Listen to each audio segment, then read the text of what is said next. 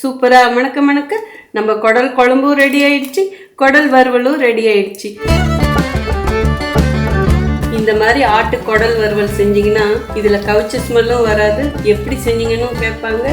ஆட்டு குடலே சாப்பிடாதவங்க கூட இந்த மாதிரி செஞ்சு கொடுத்தீங்கன்னா ரொம்ப விரும்பி சாப்பிடுவாங்க. இட்லி தோசை சாதத்துக்குள்ள வச்சு சாப்பிட்டா வேற லெவலா இருக்குங்க.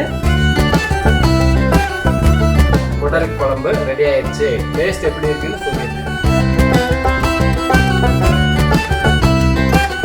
சூடா இட்லி இல்ல, அப்படியே இந்த குடல் குழம்பு ஊற்றி சாப்பிட்டா எத்தனை இட்லி சாப்பிட்டாலும் உள்ள போயிட்டே இருக்கும். Hi friends, welcome to cook with Sangeetha. இன்னைக்கு நீங்க பார்க்க போறது ரொம்ப இன்ட்ரெஸ்டிங்கான ரெசிபி. நீங்க ரொம்ப நாளா கேட்டுட்டு இருந்த ரெசிபின்னு சொல்லலாம். இதுவரையிலும் இந்த ரெசிபி நம்ம சேனல்ல இல்லைன்னு சொல்லலாம். அப்படி என்ன சங்கீதா செஞ்சு காட்ட போறேன்னு தான் நினைக்கிறீங்க? ஆமாங்க, நீங்க ரொம்ப நாளா கேட்ட குடல் குழம்பு தான் செஞ்சு காட்ட போறேன். குடல் குழம்புன்னு சொல்லலாம், குடல் கிரேவின்னு சொல்லலாம். ஆட்டு குடல் வச்சுதான் நான் இந்த குடல் குழம்பு செஞ்சு காட்ட போறேன். குடல் குழம்ப எல்லாருமே வச்சிட முடியாது. ஆட்டு குடலை நல்லா கழுவாம செஞ்சா அந்த வாடைக்கே நமக்கு பிடிக்காது. அந்த மாதிரிலாம் இல்லாம எப்படி ருசியா வீட்டுல சின்னவங்கல இருந்து பெரியவங்க வரைக்கும் எப்படி எல்லாரும் விரும்பி சாப்பிட்ற மாதிரி செய்யறதுங்கிறத இன்னைக்கு பார்க்க போறோம். ஆனா ரொம்ப எளிமையான முறையில சங்கீதா ஸ்டைல செஞ்சு காட்ட போறேன். வாங்க எப்படி செய்யலாம்னு பார்க்கலாம். நம்ம சேனல் யாரெல்லாம் என்ன சப்ஸ்கிரைப் பண்ணலையோ சப்ஸ்கிரைப் பண்ணுங்க. ப்ளீஸ் கீழே இருக்கிற பெல் பட்டன்ல மறக்காம ஆன் கொடுங்க. அப்பதான் நான் அப்புறம் வீடியோ உங்களுக்கு உடனே வரும். வாங்க இப்ப எப்படி செய்யறதுன்னு பார்க்கலாம். இப்போ ஆட்டுக்குடல் குழம்பு பண்ணுறதுக்கு நான் ஆட்டுக்குடலும் ஆட்டு இறப்பையும் எடுத்துகிட்டு வந்திருக்கேங்க. ஸோ இது வந்து கடையிலே கொஞ்சம் க்ளீன் பண்ணி கொடுத்துருக்காங்க. ஆனால் இப்படியே செஞ்சோமா இந்த குழம்பு வாயிலே வைக்க முடியாது. ஆட்டு குடல் குழம்பு செய்யறதுக்கு நம்ம இதை நல்லா க்ளீன் பண்ணுறதுல தான் இருக்குது. நீங்கள் வெறும் குடல் மட்டுமே இப்போ நான் செய்கிற மாதிரி செய்யலாம், இல்லை இந்த இறப்பையும் போட்டு செய்யலாம். ஒரு சிலர் வந்து இந்த இறப்பையில் இருக்கிற இந்த மேலே சொர சொரன்னு இருக்கிறதையும் போடுவாங்க. பட் எனக்கு வந்து இந்த மாதிரி சொர சொரன்னு பிடிக்காது. அதனால நான் சுடு தண்ணியில் போட்டு இதுவும் எடுத்துட போகிறேன். இந்த குடல் உள்ளுக்குள்ள இருக்கிறதெல்லாம் வெளியே எடுத்து நல்லா கழுவ போறேன். ஸோ இப்போ இது நல்லா எப்படி கிளீன் பண்ணுங்கிறத பார்க்கலாங்க. நம்ம டீம்ல இருக்கிற மோகன் அண்ணா தாங்க கிளீன் பண்றாரு. இந்த குடலை அவர் நல்லா கிளீன் பண்ணுவார். பாருங்க அவர் எப்படி பண்ணுறாங்கன்னு சொல்லிட்டு. விளக்கு மாத்து குச்சின்னு சொல்லுவோம்ல, தொடப்பு குச்சி, அந்த குச்சி எடுத்து குடல் மேலே அந்த விளக்கு மாத்து குச்சி வச்சு வெளியில் இருக்கிற பக்கத்தை உள்ளே அப்படியே தள்ளி தள்ளி தள்ளி எடுத்துகிட்டு போயிட்டு அப்படியே மேலே கொண்டு வராங்க. மேலே கொண்டு வந்ததுக்கப்புறம் அந்த குச்சி எடுத்துகிட்டு அப்படியே உள்ளே இருக்கிறதையும் வலிச்சு விட்றாங்க. இப்போ வெளியில் இருந்தது உள்ளே போயிடுச்சு, உள்ளே இருந்த பக்கம் வெளியே வந்துருச்சு. ஸோ அப்போ நமக்கு கழுவுறதுக்கு ரொம்ப ஈஸியாக இருக்கும். நமக்கு அந்த கவுச்ச வாடையும் அடிக்காது.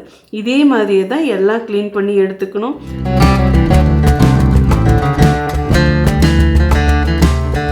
அதே மாதிரி அந்த இறப்பை பாருங்க, சுடு தண்ணியில் ஒரு 3 நிமிஷம் போட்டிருக்காங்க. 3 நிமிஷம் இருந்தாலே போதும். அதுக்கப்புறம் விட்டுட்டோமா அது ரொம்ப வெந்த மாதிரி ஆகிடும். ஸோ இப்போ பாருங்கள் அப்படியே மேலே இப்படி தொட்டாலே அந்த கருப்பாக இருக்கிற தோல் வருது. அதாவது கொஞ்சம் பச்சை கலராக இருக்கிற மாதிரி இருக்குல்ல. ஸோ அந்த தோலை வந்து எடுத்துடணும். நம்ம குடலையும் இதே மாதிரியே 3 to 5 நிமிஷம் சுடு தண்ணியில் போட்டுடணும். அப்போ தான் அந்த குடலில் இருக்கிற கெட்ட வாடையும் போகும், நமக்கு கட் பண்ணுறதுக்கும் நல்லா வரும், நல்லா சுத்தமாகும். ரெண்டையும் நல்லா க்ளீன் பண்ணிவிட்டு நமக்கு வேணுங்கிற சைஸுக்கு நல்லா பொடியாக கட் பண்ணி எடுத்துட்டு திரும்பவும் தண்ணியில் போட்டு ஒரு 3-4 வாட்டிக்கு மேலே அந்த கவுச்ச ஸ்மெல் போகிற வரைக்கும் அலசிட்டு நான் லாஸ்ட்டாக ஒரு வாட்டி என்ன பண்ணேன்னு பார்த்தீங்கன்னா தயிர் 2-3 டீஸ்பூன் போட்டு அதை நல்லா அப்படியே அந்த குடல் அந்த இதிலே போட்டு மிக்ஸ் பண்ணிவிட்டு அதுக்கப்புறம் நல்லா இன்னும் 2 வாட்டி கழுவி எடுத்தேன். தயிர் போடும்போதும் அதில் இருக்கிற கெட்ட வாடெல்லாம் போயிடும். பாருங்க நல்லா க்ளீன் பண்ணி எடுத்தாச்சு. இப்போ இந்த குடலை வேக வைக்கணும், அதுக்கு சில மசாலா சேர்க்கணும். இப்போ அதுவும் இதோட சேர்த்துக்கலாங்க. இந்த கறி கிட்டத்தட்ட பார்த்தீங்கன்னா 1.25 கிலோ இருக்குது. அதாவது 1.90 இவங்க எடுத்துக்கிட்டு வரும்போது எல்லாம் க்ளீன் பண்ணது போக இது 1.25 கிலோ இருக்குங்க. ஸோ அதுக்கு தகுந்த பொருள் தான் போடணும். 1.5 டீஸ்பூன் மஞ்சள் பொடி போட்டுக்கலாம். மஞ்சள் பொடி போடும் போதும் உங்களுக்கு இதில் இருக்கிற அந்த கவுச்ச ஸ்மெல்லாம் போயிடும். 1.5 டீஸ்பூன் கல்லுப்பும் போட்டுக்கலாம். உப்பு நீங்க உங்களுக்கு தகுந்த மாதிரி கூடி குறைச்சி போட்டுக்கோங்க. அடுத்தது இஞ்சி பூண்டு பேஸ்ட் அரைச்சி வச்சிருக்கேங்க. இது கிட்டத்தட்ட 2 கட்டி பூண்டு இருக்கும். நல்லா பெருசா ஒரு துண்டு இஞ்சும் இருக்குங்க. அதோடய 2 பச்சை மிளகாயும் சேர்த்து அரைச்சிருக்கேன். இஞ்சி பூண்டு பேஸ்ட் எப்பயுமே நான் ரெடிமேடா அரைச்சி வச்சுக்குவேன். ஆல்ரெடி இந்த ரெசிபி நம்ம சேனல்லயும் இருக்கு. நான் இப்ப எடுத்திருக்கிற அளவு பாத்தீங்கன்னா ஒரு 100 கிராம் இருக்குங்க. இஞ்சும் பூண்டும் சேர்த்து சேர்த்து ஒரு சிலர் கேட்டிருந்தீங்க இஞ்சி எவ்வளோ போடணும் பூண்டு எவ்வளோன்னு சொல்லிட்டு 150 கிராம் பூண்டுன்னா 100 கிராம் இஞ்சி இருந்தால் போதுங்க. நான் வந்து பூண்டை விட கொஞ்சம் இஞ்சி கம்மியாக தான் போட்டா இருப்பேன். இப்போ இந்த 100 கிராம் இஞ்சி பூண்டு பேஸ்ட்டும் இதிலே போட்டுக்கலாம். இது கறி கொஞ்சம் நிறையா இருக்குங்கிறதுனால நான் 100 கிராம் போட்டிருக்கேன். இந்த அளவு போட்டாதான் உங்களுக்கு கவுச்ச ஸ்மெல்லும் தெரியாது, இல்லைன்னா ரொம்ப ஒரு மாதிரி இருக்கும். இப்போ எல்லாத்தையும் நல்லா மிக்ஸ் பண்ணிக்கலாம். இப்படி நல்லா மிக்ஸ் பண்ணிக்கிட்டா போதுங்க. இப்போ இது குக்கரில் போட்டுக்கலாம். குக்கர் கொஞ்சம் நல்லா பெருசாக இருக்கிறதா எடுத்துக்கணுங்க. இப்போ எந்த அளவுக்கு நமக்கு தண்ணி வேணுமோ அதுக்கு தகுந்த மாதிரி தண்ணி ஊற்றிக்கணுங்க. ஆல்ரெடி கறியிலே கொஞ்சம் தண்ணி இருக்கும், ஸோ அதனால ரொம்பவும் ஊற்ற வேண்டாம். நம்ம குழம்பு தான் பண்ண போகிறோம், ஸோ அதனால கொஞ்சம் தண்ணி சேர்த்தே ஊற்றிக்கலாம். நான் 1/2 லிட்டர் தண்ணி ஊற்றுறேங்க. இப்போ அடுப்பணலும் மீடியமாக வச்சிடலாங்க. இதுலேயே 1 டீஸ்பூன் எண்ணெய் ஊற்றிக்கலாம். நான் கடலை எண்ணெய் தான் ஊற்றிருக்கேன். கடலை எண்ணெயில் செய்யும் போது ரொம்ப சுவையாக இருக்கும். இப்போ இது ஒரு கிளறிக்கலாம். இப்போ க்ளோஸ் பண்ணிடலாம். விசிலும் போட்டுடலாம். மீடியம் அனல்லே 6 விசில் வரட்டுங்க. இந்த இடத்துலையும் நல்லா கவனிச்சுக்கோங்க. ஆடு வந்து ரொம்ப பெரிய ஆடாக இருந்தால் நீங்கள் 7 விசில் வரைக்கும் கூட விடலாம். இது கொஞ்சம் மீடியமான ஆடு, அதனால நான் 6 விசில் விடுறேங்க.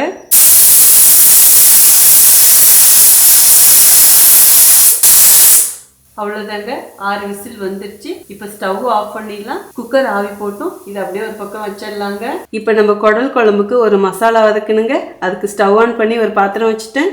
தேவையான அளவு எண்ணெய் ஊற்றிக்கலாம். இப்போ தேவையான ஸ்பைசஸும் பார்த்துடலாங்க. பெருசாக 4 பட்டை எடுத்து உடச்சி வச்சிருக்கேன். 10 கிராம்பு. இது கறி நிறையாங்கிறதுனால அதுக்கு தகுந்த மசாலா தாங்க நான் எடுத்திருக்கேன். கசகசா 1/2 டீஸ்பூனு, சோம்பு 2 டீஸ்பூனு, சீரகம் 2 டீஸ்பூனு, 5 ஏலக்காய். அடுப்பணல் ஃபுல்லாக கம்மி பண்ணிட்டு இப்போ எல்லாத்தையும் இதிலே போட்டுடலாம். அடுத்தது 4 டீஸ்பூன் முழு மிளகு எடுத்து வச்சிருக்கேன். இப்போ இதுவும் போட்டுடலாம். நான் வந்து மிளகா பொடி கம்மியாக போட போகிறேன், மிளகு அதிகமாக போட போகிறேன். இந்த மாதிரி செய்யும் போது ரொம்ப டேஸ்ட் சூப்பராக இருக்கும். ஸோ உங்களுக்கு எந்த அளவு காரம் வேணுமோ அதுக்கு தகுந்த மாதிரி மிளகு கூடி குறைச்சி போட்டுக்கணும். அடுத்தது 5 பல்லு பூண்டு எடுத்து கட் பண்ணி வச்சிருக்கேன். இப்போ இதுவும் போட்டுக்கலாம். ஏற்கனவே கறி வேக வைக்கும் போது இஞ்சி பூண்டு பேஸ்ட் போட்டோம். ஸோ இப்போ கொஞ்சமாக போட்டால் போதும். மீடியம் சைஸ் இஞ்சும் ஒரு துண்டு எடுத்து கட் பண்ணியிருக்கேன். இப்போ இதுவும் போட்டுக்கலாம். இப்போ அடுப்பணல் மீடியமாக வச்சுட்டு கிளறி கொடுத்துடலாங்க. இப்போ நான் வதக்கிற இதே மசாலாவிலேயே கொஞ்சமா எடுத்து நான் குடல் வறுவலும் பண்ண போறேங்க. அதாவது குடல் குழம்பா பண்ணிட்டு அப்புறம் கறியை மட்டும் எடுத்து அதை நம்ம வறுவல் பண்ணிடலாம். இதெல்லாம் நல்லா பொரிஞ்சு வரட்டும். இதுல கொஞ்சம் கருவேப்பிலை இலையும் போட்டுடலாம். ஒரே ஒரு கிளறிக்கலாங்க. நல்லா வாசனையா இருக்கும். போதுங்க. அடுத்தது 1/2 கிலோ சின்ன வெங்காயம் எடுத்து வச்சிருக்கேன். இதுவும் போட்டுடலாம். வெங்காயம் கொஞ்சம் நிறைய போடணும், அதுதான் நம்ம குழம்புக்கு நல்ல ஒரு திக்னஸும் நிறைய குழம்பும் கொடுக்குங்க. இப்போ இதுவும் சேர்த்து கிளறிக்கலாம். இந்த வெங்காயமும் கொஞ்சம் செவந்து வரட்டும். இந்த இஞ்சி பூண்டு இந்த ஸ்பைசஸ்லாம் லேசாக செவக்கும் போதே நம்ம வெங்காயம் போட்டுடணும். அப்போ தான் எல்லாம் ஒன்றா செவந்து வர கரெக்டாக இருக்கும். வெங்காயம் நல்லா செவந்துக்குச்சிங்க, வாசனையும் வருது. இந்த அளவுக்கு வதக்கிட்ட போதும். அடுத்தது பழமா மீடியம் சைஸ் 3 தக்காளி எடுத்து கட் பண்ணியிருக்கேன். இப்போ இதுவும் போட்டுக்கலாம். தக்காளி இதுக்கு அதிகமாக போடக்கூடாதுங்க, கம்மியாக தான் போடணும். இதுவும் சேர்த்து கிளறிடலாம். இந்த தக்காளியும் நல்லா தோல் சுருங்கி வரட்டுங்க. தக்காளியும் தோல் சுருங்க ஆரம்பிச்சிருச்சுங்க. இந்த அளவுக்கு வதக்கிட்டா போதும். அடுத்தது 1/2 மூடி தேங்காய் துருவி வச்சிருக்கேன். இதுவும் போட்டுடலாம். தேங்காயும் ரொம்ப கம்மியாக தான் போடணும், அதிகமாக போட்டிங்கன்னா குழம்போட டேஸ்ட் அடைக்கிடும். கொஞ்சமாக கொத்தமல்லி இலையும் கிள்ளி போட்டுடலாம், காம்போடு போடணும். அடுப்பணல் கம்மியாகவே இருக்கட்டும். ஜஸ்ட் இது ஒரு 2 கிளறுனா போதும். இந்த அளவுக்கு வதக்குனா போதுங்க. இது சூடு ஆற வச்சு மிக்ஸி ஜாரில் போட்டு நல்லா நைஸாக அரைச்சி எடுத்துகிட்டு வந்துடுறாங்க. நல்லா இந்த மாதிரி நைஸாக அரைச்சி எடுத்துக்கணுங்க. இப்போ நம்ம மசாலா ரெடி ஆயிடுச்சு. வாங்க குடல் குழம்பு எப்படி செய்யறதுங்கிறதும் இப்போ பார்க்கலாம். குடல் குழம்பு பண்ணுறதுக்கு ஸ்டவ் ஆன் பண்ணி ஒரு பாத்திரம் வச்சாச்சுங்க. தேவையான அளவு எண்ணெய் ஊற்றிக்கலாம். ஒரே ஒரு தக்காளியும் 2 பச்சை மிளகாயும் கட் பண்ணி வச்சுருக்கேன். இதிலே போட்டுடலாம். இதிலே 1 டீஸ்பூன் சோம்பும் போட்டுக்கலாம். கொஞ்சமாக கருவேப்பிலையும் போட்டுக்கலாம். அடுப்பணல் மீடியமாக வச்சு இதை நல்லா வதக்கலாங்க. எல்லாமே லேசாக வதங்கிடுச்சு. இப்போ இந்த ஸ்டேஜில் 2 கைப்பிடி சின்ன வெங்காயம் போட்டுக்கலாம். இப்போ இதுவும் நல்லா வதங்கி வரட்டும். இந்த குடல் குழம்பு பொறுத்த வரைக்கும் சின்ன வெங்காயம் நிறைய போடணும், அப்போ தான் ருசி நல்லாயிருக்கும். இதுவும் சேர்த்து நல்லா வதங்கிட்டுங்க. வெங்காயமும் செவக்க ஆரம்பிச்சிருச்சு. இந்த அளவுக்கு வதக்கிட்டா போதும். இப்போ தேவையான காரப்பொடியெல்லாம் போட்டுக்கலாம். அடுப்பணல் ஃபுல்லாக இப்போ கம்மி பண்ணிடணும். 2 டீஸ்பூன் காஷ்மீர் மிளகா பொடி எடுத்து வச்சிருக்கேன், அதையும் போட்டுடலாம். 3 டீஸ்பூன் மல்லிப்பொடி போட்டுக்கலாம். அடுத்தது மட்டன் மசாலா பொடி 2 டீஸ்பூன் போட்டுக்கலாம். நம்ம ஏற்கனவே மசாலாலாம் அரைச்சி வச்சிருக்கோம், ஸோ அதனால ரொம்ப போட வேண்டாம். ஜஸ்ட் ஒரு டேஸ்ட் ஃப்ளேவருக்காக தான். இது எல்லாத்தையும் நல்லா கிளறி கொடுத்துடலாம். காஷ்மீர் மிளகா பொடி காரம் கம்மியாக தான் இருக்கும். உங்ககிட்ட காஷ்மீர் மிளகா பொடி இல்லைன்னா நார்மல் நார்மல் மிளகாய் பொடி உங்கள் டேஸ்ட்டுக்கு ஏற்ற மாதிரி போட்டுக்கோங்க. ஜஸ்ட் இப்படி ஒரு 2 கலர் கலர்னா போதுங்க. இப்போ அரைச்ச மசாலா இதிலே ஊற்றிடலாம். கொஞ்சம் நம்ம வறுவலுக்கு வச்சுக்கிட்டு மீதி முக்கால்வாசி இப்போ போட்டுடலாம். கால்வாசி நான் வறுவலுக்கு வச்சுட்டேங்க. நல்லா கிளறி கொடுத்துடலாம். தண்ணிலாம் இப்போ எதுவும் ஊற்ற வேண்டாம். ஏன்னா குடல் வேக வச்சு பார்த்தீங்களா, அதில் இருக்கிற தண்ணியை ஊற்றிட்டு நமக்கு தேவைப்பட்டால் மட்டும் ஊற்றிக்கலாம். ஜஸ்ட் 1 நிமிஷத்துக்கு இந்த மசாலாவை எண்ணெயிலே நல்லா வதக்கலாம். மசாலா நல்லா வதங்கிட்டு எண்ணெய் கசியுது, இந்த அளவுக்கு வதக்கிட்டா போதுங்க. இனிமேல் வேக வச்ச குடலை இப்போ இதிலே ஊற்றிடலாம். இந்த தண்ணியோடு சேர்த்து ஊற்றிடணுங்க. இப்போ குக்கரில் கொஞ்சம் தண்ணி ஊற்றி அலசி ஊற்றிடலாம். குழம்புக்கு தேவையான அளவு உப்பு போட்டுக்கலாங்க. ஏற்கனவே கறி வேக வைக்கும் போது உப்பு போட்டிருக்கோம். ஸோ அதனால் இப்போ பார்த்து போட்டால் போதும். இப்போ அடுப்பை ஃபுல்லாக வச்சிடலாங்க. நல்லா கிளறியும் கொடுத்துடலாம். கிளறி கொடுத்துட்டு உப்பு காரம் எல்லாம் பார்த்துக்கோங்க. உங்களுக்கு தகுந்த மாதிரி அட்ஜஸ்ட் பண்ணிக்கோங்க. குழம்போடைய திக்னஸும் உங்களுக்கு எந்த அளவு வேணுமோ அதுக்கு தகுந்த மாதிரி தண்ணி ஊற்றி கூட்டி வச்சுக்கணும். நான் ரொம்பவும் தண்ணி ஆட்டம் இல்லாமல் ரொம்பவும் திக்காக இல்லாமல் வைக்கிறேன். ஏன்னா இந்த குடல் எடுத்துட்டு திரும்பவும் நான் வறுக்க போகிறேன். இது நல்லா கொதிச்சு வரட்டுங்க. குழம்பு நல்லா கொதிக்க ஆரம்பிச்சிருச்சு. இப்போ ஒரு வாட்டி கிளறி கொடுத்துடலாம். ஒரு 10 நிமிஷத்துக்கு அடுப்பணல் கம்மியாக வச்சு இது நல்லா கொதிக்க விட்டுறலாங்க. அப்போ தான் குழம்பு சுண்ட சுண்ட நமக்கு டேஸ்ட் வரும். 10 நிமிஷம் கழித்து நம்ம பார்க்கலாம். 3 நிமிஷம் கொதிச்சிருச்சு. இன்னும் ஒரு 7 நிமிஷம் கொதிக்கணும். அதுக்குள்ளே நம்ம வறுவலுக்கு தேவையானது இப்போ பக்கத்து ஸ்டவ்லேயே நம்ம வதக்கலாங்க. இது அப்படியே கொதிக்கட்டும். இப்போ வறுவலுக்கு ஸ்டவ் ஆன் பண்ணி ஒரு பாத்திரம் வச்சுட்டேங்க. தேவையான அளவு எண்ணெயும் ஊற்றிக்கலாம். 4 பச்சை மிளகாய் எடுத்து சின்ன சின்னதாக கட் பண்ணியிருக்கேன். இதில் போட்டுக்கலாம். நீங்கள் உங்கள் காரத்துக்கு ஏற்ப கூடி குறைச்சி போட்டுக்கோங்க. அடுத்தது மீடியம் சைஸ் 2 பெரிய வெங்காயம் எடுத்து நீளமாக கட் பண்ணியிருக்கேன். இதுவும் போட்டுக்கலாம். வறுவலுக்குங்கும் போது கொஞ்சம் வெங்காயம் அதிகமாக போட்டால் தாங்க நல்லாயிருக்கும். இஞ்சி பூண்டு பேஸ்ட்டு அதெல்லாம் எதுவும் போட வேண்டாம். ஏன்னா ஏற்கனவே நம்ம கறி வேக வைக்கும் போது போட்டோம். அப்புறம் மசாலாவிலையும் இஞ்சி பூண்டு போட்டு அரைச்சிருக்கோம். அதே போதும். இது நல்லா வதக்கலாம். வெங்காயம் இந்த அளவுக்கு பிங்க் கலராக வதக்குனா போதுங்க. இனிமேல் குடல் கறி அரிச்சு இதில் போட்டுடலாம். வெறும் கறியை மட்டும் எடுத்துக்கலாம். ஓரளவுக்கு எடுத்துட்டேங்க. 1 2 இதிலே விட்டாச்சு. இன்னும் கொஞ்சம் குழம்பு கொதிக்கட்டும். நான் அடுப்பணல் சிம்மில் தான் வச்சுருக்கேன். முக்கால்வாசி எல்லா குடலையும் எடுத்தாச்சு. இப்போ இதிலே கொட்டிடலாங்க. அடுப்பணல் மீடியமாக வச்சிடலாம். இப்போ இதில் கொஞ்சம் கருவேப்பிலை போட்டுக்கலாம். மட்டன் மசாலா பொடி 2 டீஸ்பூன் போட்டுக்கலாம். அடுத்தது 1.5 டீஸ்பூன் மிளகு பொடி எடுத்து வச்சுருக்கேன். இப்போ அதுவும் போட்டுக்கலாம். எல்லாமே கொஞ்சம் அதிகமாக தான் போடுறேன். அதாவது எங்கள் வீட்டில் எல்லாம் கொஞ்சம் காரமாக சாப்பிடுவாங்க. ஸோ நீங்கள் காரம் கம்மியாக சாப்பிட்ற மாதிரி இருந்தால் மிளகு பொடியெலாம் கம்மியாக போட்டுக்கோங்க. கொஞ்சமாக உப்பும் போட்டுக்கலாம். இப்போ நல்லா கிளறி கொடுத்துடலாம். இந்த மசாலாலாம் எண்ணெயிலே கொஞ்சம் வதங்கட்டும். அதுக்கப்புறம் நம்ம அரைச்ச மசாலாவும் இதில் ஊற்றிக்கலாம். நல்லா இதை வத்த விடணும். நம்ம மசாலாலாம் நல்லா வதங்கிடுச்சு. இப்போ நம்ம அரைச்சி வச்ச மசாலா பேஸ்ட்டும் இதில் ஊற்றிடலாம். நம்ம பக்கத்தில் குடல் குழம்பு கொதிக்குது இல்லைங்களா, அதுலேருந்தும் 2 கரண்டி இதில் மொண்டு ஊற்றிடலாம். ஏன்னா அப்போ தான் அந்த ஜூஸ் இதில் இறங்கும். மீடியமான அனல்லே இருக்கட்டும். இப்போ நல்லா கிளறி கொடுத்துட்டு இதை வத்த விட்டுறணுங்க. நீங்கள் இது கிரேவி மாதிரி வேணாலும் செஞ்சுக்கலாம். அப்படி இல்லைன்னா நல்லா ட்ரையாக வேணாலும் பண்ணிக்கலாம். நான் இன்னும் கொஞ்சம் ட்ரையாக பண்ண போகிறேன். இதை இப்படி கிளறி கொடுத்துட்டு உப்பு காரம்லாம் பார்த்துக்கோங்க. உங்கள் டேஸ்ட்டுக்கு தகுந்த மாதிரி அட்ஜஸ்ட் பண்ணிக்கோங்க. இப்போ கம்மியான அனல்லே இது 4 to 5 நிமிஷம் நல்லா வத்த விட்டுறலாம். ஆனால் இடையில விடாமல் கிளறி கொடுக்கணும். நம்ம குடல் வறுவல் சூப்பராக ரெடி ஆயிடுச்சு. இப்போ லாஸ்ட்டாக இறக்க போகிறதுக்கு முன்னாடி 1 டீஸ்பூன் எலுமிச்சை சாறு ஊற்றிக்கலாம். மேலே கொஞ்சமாக எண்ணெய் ஊற்றிக்கலாம். அப்போ டேஸ்ட் ரொம்ப நல்லாயிருக்கும். இது ஆப்ஷனல் தாங்க. பொடியாக கட் பண்ண கொத்தமல்லி இலையை அப்படியே மேலே தூவி விட்டுடலாம். கிளறி கொடுத்துடலாம். இது நல்லா ட்ரையாக அப்படியே வெடிக்கும். ஸோ பார்த்து பண்ணுங்கள். அவ்வளோதாங்க. இப்போ ஸ்டவ் ஆஃப் பண்ணிடலாம். சூப்பராக மணக்க நம்ம குடல் வறுவல் ரெடி ஆயிடுச்சு. இதை அப்படியே ஒரு பக்கம் வச்சிடலாங்க. இப்போ குடல் குழம்பும் நல்லா கொதிச்சிருச்சு. லாஸ்ட்டாக கொஞ்சம் கொத்தமல்லி இலை தூவிடலாம். ஸ்டவ்வும் ஆஃப் பண்ணிடலாம். கிளறி கொடுத்துடலாம். அவ்வளோதாங்க. சூப்பராக மணக்க நம்ம குடல் குழம்பும் ரெடி ஆயிடுச்சு. குடல் வறுவலும் ரெடி ஆயிடுச்சு. வாங்க எப்படி இருக்குன்னு டேஸ்ட் பார்த்தலாம். சூடான நம்ம சாஃப்ட் இட்லி ரெடி ஆயிடுச்சு. இப்போ இட்லியோட நம்ம குடல் குழம்பு குடல் வறுவல்லாம் வச்சு சாப்பிட்லாங்க.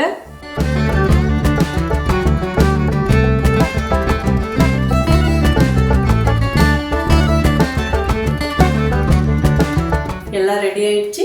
இப்போ எப்படி இருக்குன்னு டேஸ்ட் பார்த்தலாம். சூப்பரா மணக்க நம்ம குடல் குழம்பு ரெடி ஆயிடுச்சு. ஃப்ரையும் குழம்பு ரெடி ஆயிடுச்சு. இட்லியோட கூடி சாப்பிட்டு டேஸ்ட் பாரு சொல்லலாம். ஓகே, சாப்பிடுங்க. சூப்பர். நிஜமா வேணா? சூப்பர். Okay, thank you. சூப்பரா இருக்கு. Thank you. காரம் நல்லா இருக்குது. கொஞ்சம் ரிஸ்கான வேலை இருந்தாலும் எவ்வளவு கஷ்டப்பட்டாலும் அதுக்குரிய டேஸ்ட் இருக்கு அதுக்கு தகுந்த மாதிரி டேஸ்ட் இருக்கு. அது சரி. அது இட்லி கூட குழம்பு ஆக்கும்போது நல்ல டேஸ்ட். ஓகே, சாப்பிடுங்க. இப்போ இதுக்கு மெயினா டிப்ஸ்னு பாத்தீங்கன்னா இதை நல்லா கழுவணும், அவ்வளவுதான்.